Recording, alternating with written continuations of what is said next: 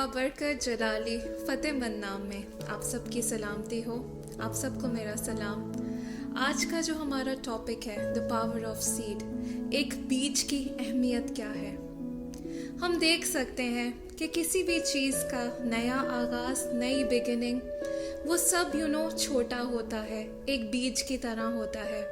अगर हम देखें इंसानों को या जानवरों को, जब वो अपनी माँ के पेट में फॉर्म होते हैं, बनाए जाते हैं, वो भी एक बीज की तरह एक छोटा सा एम्ब्रियो होते हैं। और अगर हम देखें प्लांट्स की, उनका भी जो आगाज़ होता है, इतने जो बड़े बड़े हम दरख्त पौधे सब देखते हैं, सिर्फ एक छोटे से बीज से। बीज क्या रिप्रेजेंट करता है, सीड क्या रिप्रेजेंट करता है। A seed represents a new life, a new beginning, a new fresh start to everything. आमेन।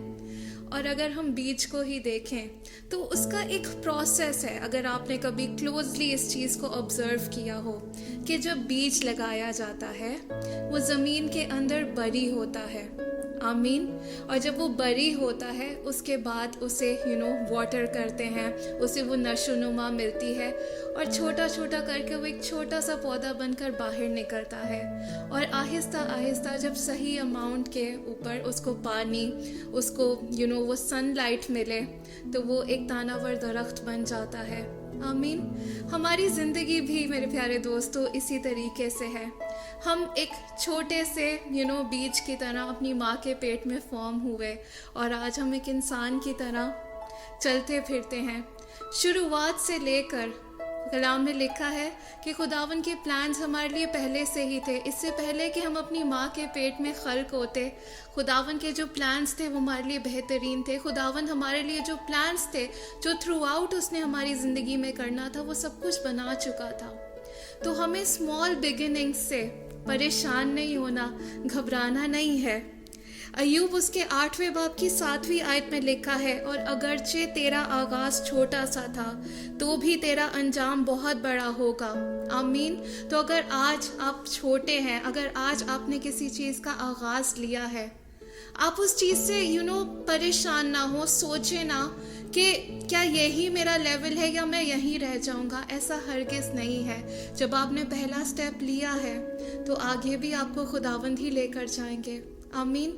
दूसरी चीज़ जो हम इस बात से सीख सकते हैं कि आपने देखा है कि सेक्युलर वर्ल्ड में भी जो आज लोग बहुत कामयाब हैं, चाहे वो बिजनेसमैन हों, चाहे वो सेलिब्रिटीज़ हों, चाहे वो स्पोर्ट्समैन हों, अगर आज आप किसी की वो पोजीशन देखते हैं, इसका ये मतलब हरगिज़ नहीं है कि शुरू से वो ऐसा ही था या शुरू से उसके पास वो सब कुछ था, आमीन।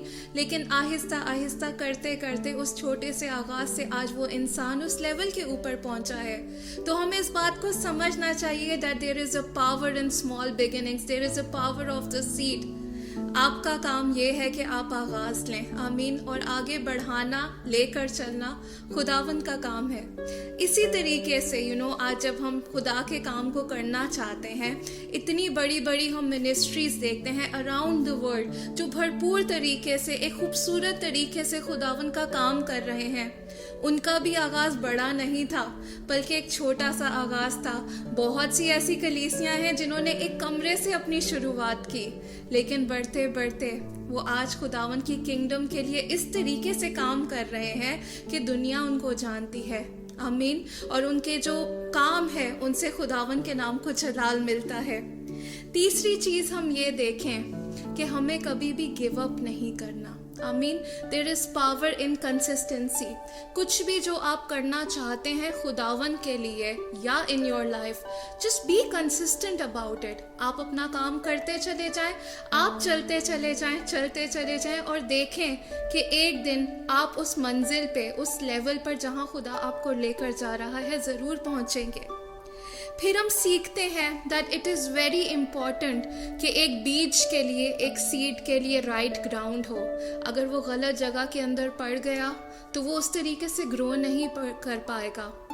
इसीलिए बहुत ज़रूरी है कि हम अपने आप को एक राइट सराउंडिंग में रखें, अच्छे लोगों में रखें, अच्छे ऐसे काम करें जिनसे हम ग्रो हों, जिनसे हम पीछे ना जाएं। So it is very important for you to surround yourself with the right people, to be planted in the right ground. and see how God prospers you.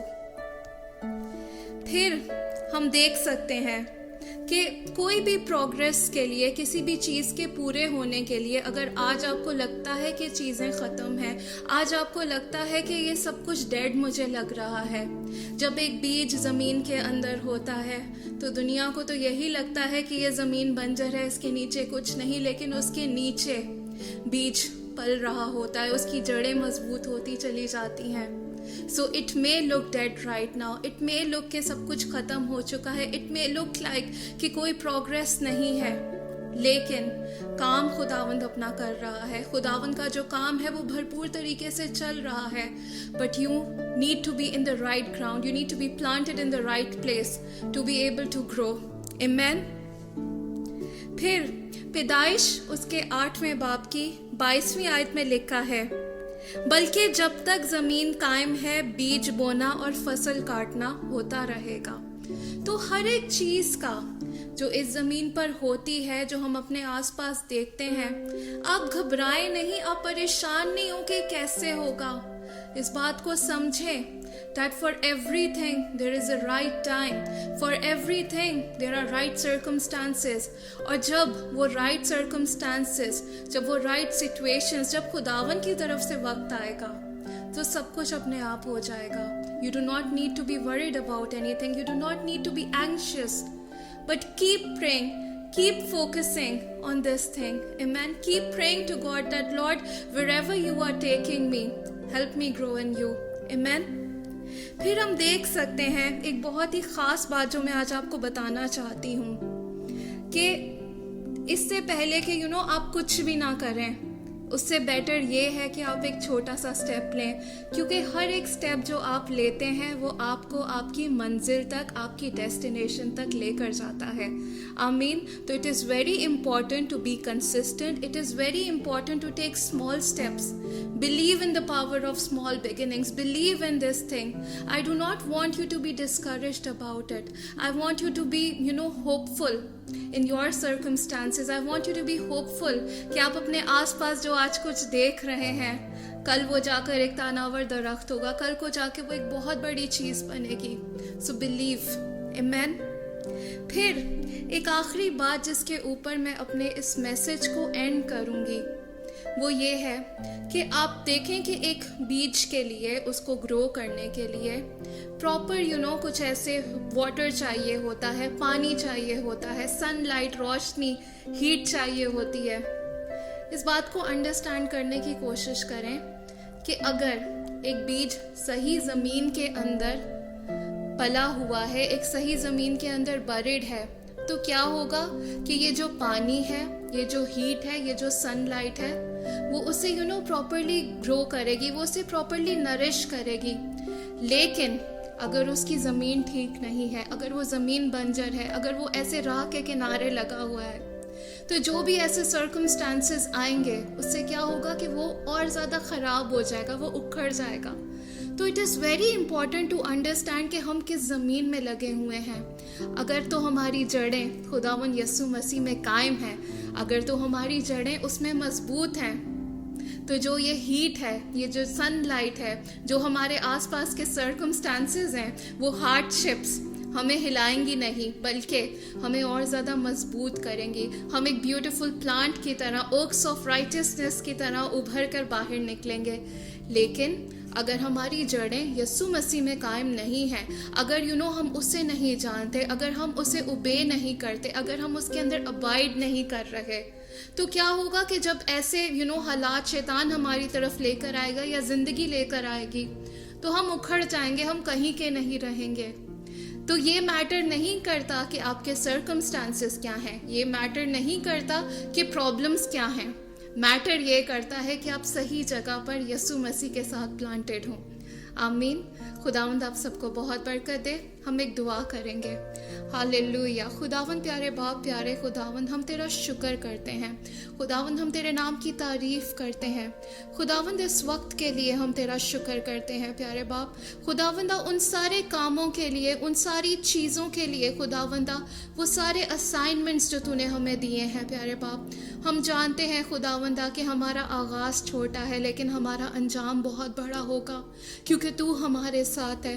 खुदावंद हम आपसे दुआ करते हैं कि जहाँ कहीं खुदावंदा हमारी ज़मीन ख़राब होती है या हम खुदावंदा ऐसे हालातों में चले जाते हैं, बुरे लोगों में चले जाते हैं, खुदावंद तू हमें वहाँ से बाहर निकाल। मैं दुआ करती हूँ खुदावंदा कि तू अपनी हमारी जड़ों को अपने अंदर बहुत ज़्यादा मजबूत कर खुदावंदा, ताकि हम एक तनावर दरख्त की तरह खुदावंदा बाहर निकलें खुदावंदा, और खुदावंदा हमारा अंजाम बहुत खूबसूरत हो खुदावंदा, और खुदावंदा हमारी ज़िंदगियों से सिर्फ़ और सिर्फ तेरे ही नाम को जलाल मिलता रहे। यस्सु के नाम में सब कुछ मांगते और पा लेते हैं, आमीन।